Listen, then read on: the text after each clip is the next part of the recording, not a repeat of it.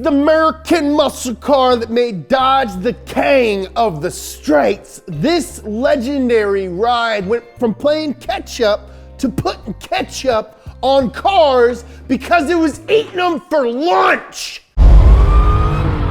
You guys have been asking for this one since we started this dang show, and now it's time.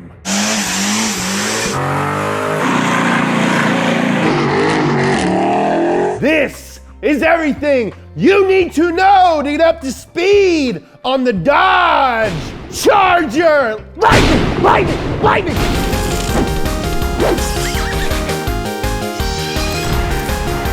In August of 1964, the Ford Motor Company introduced the Mustang. You ever heard of it? And Chrysler freaked out. Why? Well, the Mustang was unique. It was a cheap car that was also fun as frick. And Chrysler brands like Dodge had nothing similar that they could offer to customers. After staying up for weeks, just freaking out and asking each other what the heck they were gonna do, some designers at Dodge cooked up a little concept car. The new design was based on the 1964 Polara. It had no roof. It had a chopped windshield. It had not really a roll bar thingy. And most importantly, it had racing stripes. Under the hood was Chrysler's brand new 426 Hemi, or at least that's what was supposed to be in there. Chrysler had so few Hemis on hand that when a sponsored race team blew theirs up, the one in the concept was yanked out and the stock 383 from the Polara went back in. That's crazy. On the B pillar was a new badge in cursive font, the fanciest of fonts. They called the concept the Charger. I just got goose pimples. Obviously, this wasn't something Dodge was gonna start producing overnight. I mean, the thing didn't even have a freaking roof. Although Dodge has been known to make cars that don't have roofs, first gen Viper. The concept got people talking, it was provocative. So Dodge got to building a cheap but sporty car of their own. In 1965, Dodge released the Dart GT Charger, the first production Dodge with the Charger name. It made a claim: 235 horsepower from its 273 cubic inch Charger V8. You can get it in any color you wanted, as long as it was code 811 pale yellow, which is kind of a weird color choice for a sports car, especially when it's the only color that you offer. Dodge only built 150 of these, making the Dart GT Charger one of the rarest of early Mopar muscle. Unsurprisingly, the limited run special edition Dart did not solve the Ford Mustang problem. Dodge still needed a car, not just a badge. So in 1965, Dodge's sister brand Plymouth released the Barracuda, which was also built to compete with the Mustang. This stressed Dodge dealers out because now they don't have a sports car to sell against the Mustang, and they also have to compete against their brother Plymouth. They were freaking out. So CEO Lynn Townsend tells them that Dodges are meant to compete with higher up brands like Mercury or Pontiac. But the Dodge dealers didn't really buy that. So he told them if they didn't like his strategy, they could find another brand to sell. Listen here, fellas. If you don't like my strategy, maybe you can find another brand to sell. Okay, I guess we will. Yeah, I mean, I like working with you guys, but I guess we'll go find another brand, all right? No, wait, no, let's not be hasty, fellas. What if I were able to give you a mid-sized sports car to sell against the Mustang? Yeah, that's what we've been at. Yeah, that's a great idea I just had. The Dodge studio got back to work, this time using the Dodge Coronet as a platform. They changed the roof, they changed the quarter panels, and finally the rear deck lid and grille. When it was done, Dodge had their new car with a familiar name, the Charger. Dodge's new sports car had an epic fastback, tons of engine options, including the 426 Hemi, and maybe the coolest option of them all. Remix! Roll out up and down headlights! Roll out up and down headlights! Roll out up and down headlights! Roll out up and down headlights! Roll out up and down headlights! Roll out up and down headlights! Roll out up up and down headlights. Roll out up and down headlights. The 1966 and a half Charger's aggressive styling and available 425 horsepower made it one of the baddest cars Detroit had ever produced. Styling cues like the aforementioned hidden headlights and full-width taillights gave the Charger a very menacing presence. If you drove one of these, you were a bad dude. You're dangerous, even if you were an insurance adjuster from Bixby Knowles. The Charger's aerodynamic shape helped Dodge win a lot on NASCAR ovals, but that wasn't enough to make the Charger a winner at the showroom. From 66 to 67, Dodge only sold about 37,000 Chargers. For comparison, Ford sold over 1 million Mustangs in the same time. Woof. Clearly, something needed to be done. 1968, the Dodge Design Studio had something special in store. Principal of design Richard Cias envisioned an entirely new look for the Charger. The new Coke bottle styling was unlike any car ever made. The new Charger did borrow a few elements from the previous car, but cranked them up to 11! Yeah, crank it! We've only gone to 10 before. I want to 10 is not good enough! The full-width grille and taillights were enlarged. The grille itself looked like it would suck you up like a whale sucking up a bunch of krill. Without a doubt, the Charger looked good. The standard engine option was a 5.2 liter, 318 cubic inch V8. But if you wanted something bigger, there was the 383, 426 Hemi, all the way up to the 7.2 liter, 440 cubic inch Magnum. When they name an engine after a gun, a big gun, a gun that Dirty Harry had, that's when you know. Really? Yeah, dude, it's a Dodge episode. Dare I say, Mopar, baby? Mopar, baby, indeed. Mopar, baby, Mopar, baby, Mopar, baby, Mopar, baby, Mopar, baby, Mopar, baby, Mopar, baby, Mopar, baby, Mopar, baby, Mopar, baby, Mopar, baby.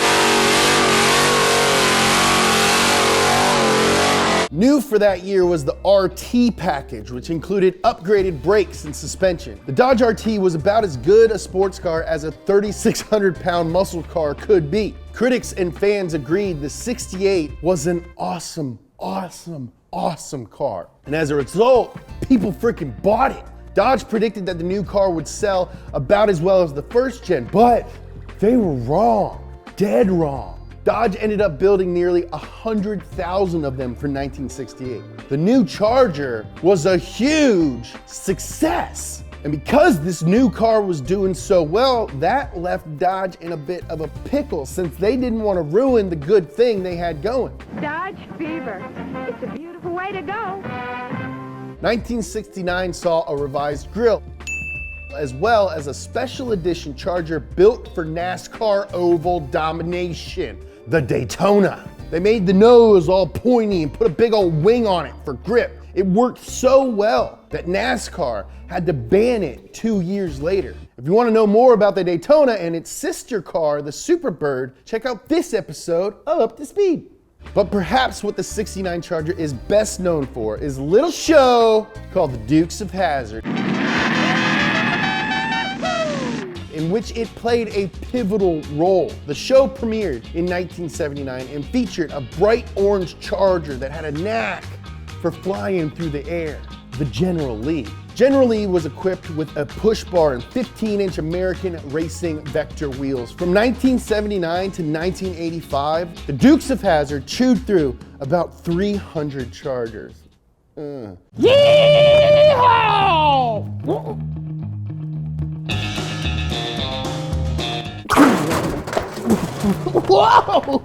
Doing a sick jump every episode is pretty awesome, but it was rare for a car to survive the landing. I mean, when you watch the show, it's pretty obvious that these cars got totaled.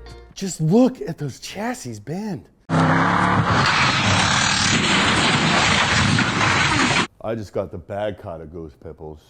Back in 1970, Dodge rolled out the last of the second-gen Chargers, and honestly, not a lot had changed since 1968. The main changes over the years were the grille and taillights. But the truth is that Richard Ciaz and his team did such a good job on the Coke bottle Charger that they didn't see any reason to change it much over the 3 years of production. In my opinion, the 1970 is the most aggressive of the bunch. The chrome trim really contrasts with the black grille and makes the mouth look that much bigger. The Charger got a redesign in 1971. The designers called it a fuselage as opposed to a Coke bottle. It was softer and shorter too. The engine options didn't change. The RT came with the 440 with an optional 426 Hemi, or a 440 with a 6-pack of carburetor sitting on top. In 1971, the Charger was still a serious sports car, but that started to change as the years went by.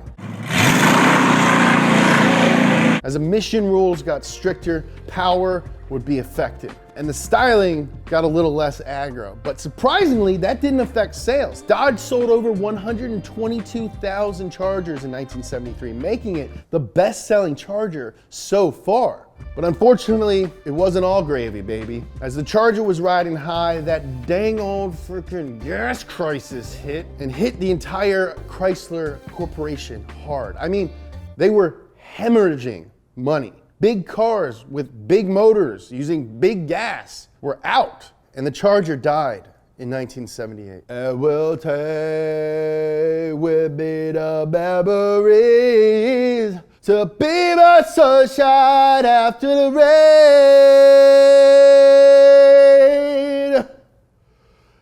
You know, when I first took this crazy job, they were ready to bury Chrysler. Chrysler needed a solution, and they saw one in a dude named Lee Iacocca. He was basically the mastermind behind the Mustang, the car that inspired the Charger in the first place. Lee came aboard the Chrysler ship in 1978 and immediately started making changes, because that's the kind of guy that Lee Iacocca was. First, he secured loans from Uncle Sam that would keep the company afloat until he could turn things around. And second, he made sure the cars they sold in the meantime were good. Chrysler had actually started producing smaller, more efficient front-wheel drive cars like the Dodge Omni and the Plymouth Horizon that year. And they sold pretty well, but they didn't scratch that sporty itch that Lee Iacocca needed to be scratched. In 1981, Dodge released the Omni 024 Charger, a sporty economy car. It had a 2.2-liter four-banger under the hood making 84 horsepower. That wasn't enough for Lee.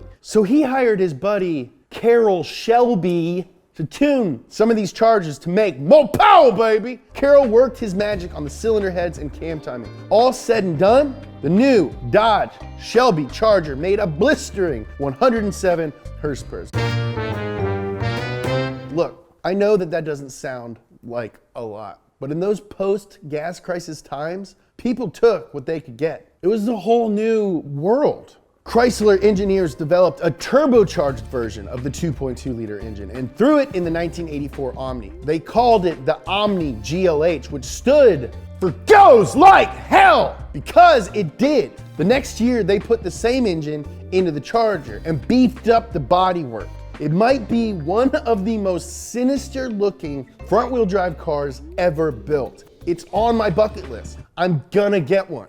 This turbocharged two-door was one of the fastest cars for sale in the US at the time. Iacocca had accomplished his mission to make Dodge America's performance brand. Heck yeah! The Charger went away again in 1987 and would lay dormant for more than a decade. Then, in the early 2000s, Chrysler was hard at work on a new rear-wheel drive platform that would be shared across the entire Chrysler family. It was called the LX. But in 2006, it was time for the return of an old friend. Ladies and gentlemen, the Dodge Charger is back. And the Charger was back, baby! Like the original, the new one was a muscly family car that could be spec'd for any driver. The base Charger came equipped with the humble but bulletproof 3.5 liter V6. The RT package was back as well, powered by a 5.7 liter Hemi. They even made a Daytona package to commemorate the original Daytona Pointy Boy. Dodge went all in connecting this new Charger to its past, and they had something in the works for even more bite for big-time Charger fans. The Charger SRT 8 made other four-door sedans run for cover. It was powered by a 6.1 liter Hemi V8, making 425 horsepower, good for 0 to 60 in 5 seconds. It was the most powerful V8 Chrysler had ever put in a production car. Dodge didn't make any huge changes to the Charger through the mid-2000s because customers liked the Charger a lot. Between 2005 and 2010, Dodge sold over 500,000 of these burly boy sedans. The Charger got a complete redesign for the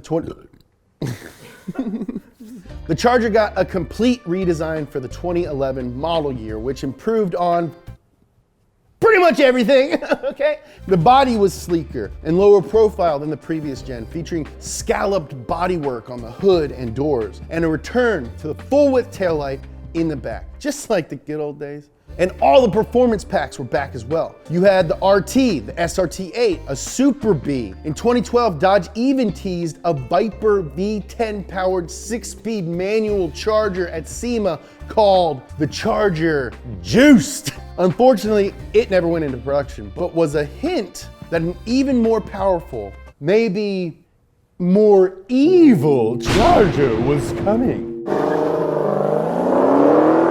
In 2014, Dodge unveiled a new Charger for the 2015 model year. It was completely refreshed, sporting a totally new look. But this Charger had a 707 horsepower secret living under the hood. Dodge called it the SRT Charger Hellcat. This was a sedan that could do a quarter mile in 11 seconds. And Dodge claimed it had a top speed of 204 miles an hour. The Charger was both the fastest and meanest looking sedan in the world. Dodge let us borrow one last year, and it's probably the best road trip car ever. And the Charger's still going strong today with no signs of letting up.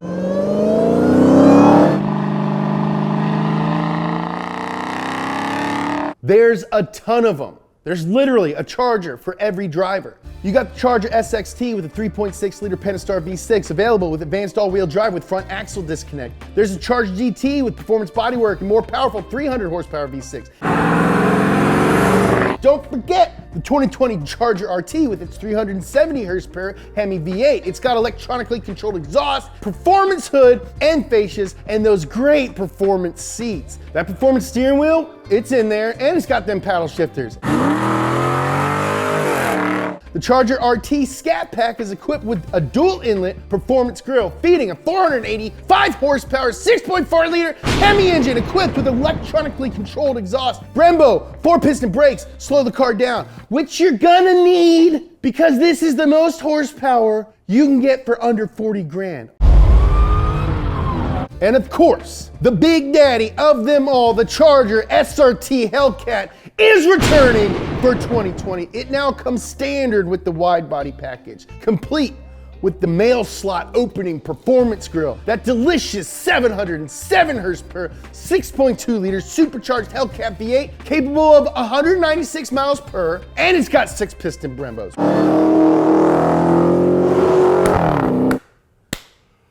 Bravo, bravo! So many features, so little time. You know, I heard he got struck by lightning and then he just knew everything about every car. From big bruiser Coke bottle muscle cars to turbocharged Econoboxes to the current 4-door, 196 mile per hour sedan. There really is a Charger for everybody, and that's why it's been around for so long in so many different forms. The name means something. It can be any car for any person. This episode was powered by Dodge. Thanks, Dodge. We love you. But I love you more. Remix. Roll out up and down headlights. Roll out up and down headlights. Roll out up and down headlights. Roll out up and down headlights. I love you. I love you.